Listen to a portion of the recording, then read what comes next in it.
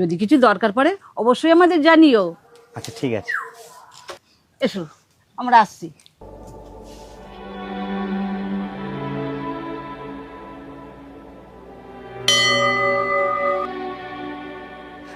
নমস্কার আন্টি। নমস্কার। আমার খুব ভালো লেগেছে। দেখেছো চুড়িদার পরতে তোমাকে কত সুন্দর লাগছে। আমার খুব ভালো লেগেছে।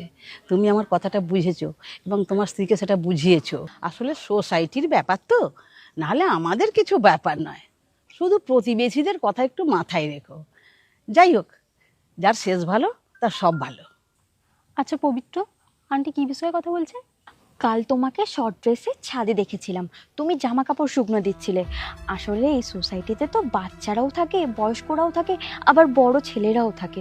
তাই জন্যই আমি দাদাকে বলেছিলাম যাতে তোমাকে একটু বুঝিয়ে বলে, এতে তোমরাও ভালো থাকবে আর সোসাইটিটাও ভালো থাকবে। বৌদি, পবিত্র আমাকে কিছুই বলেনি, কিন্তু আমি আপনাদের কিছু বলতে চাই। আপনি কি কখনো আমাকে শর্ট ড্রেসে রাস্তাঘাটে দেখেছেন বা কোথাও ঘুরতে গিয়ে? না। তাহলে আপনি কি করে বলছেন যে আমার ড্রেস নিয়ে সোসাইটিতে সমস্যা হতে পারে?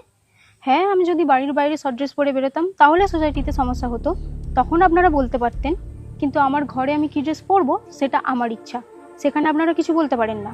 তাই কখন কী ড্রেস পরতে হবে সেই সম্বন্ধে আমার জ্ঞান আছে। তাই নিজের ছাদ থেকে অন্যের ঘরে কি চলছে সেই দিকে চোখ না রেখে আপনি আপনাদের পরিবারের কথা ভাবুন, আর আমার মনে হয় তাতেই আপনাদের উপকার হবে। চলো পবিত্র, পুজোটা দিতে যা যাক। আচ্ছা।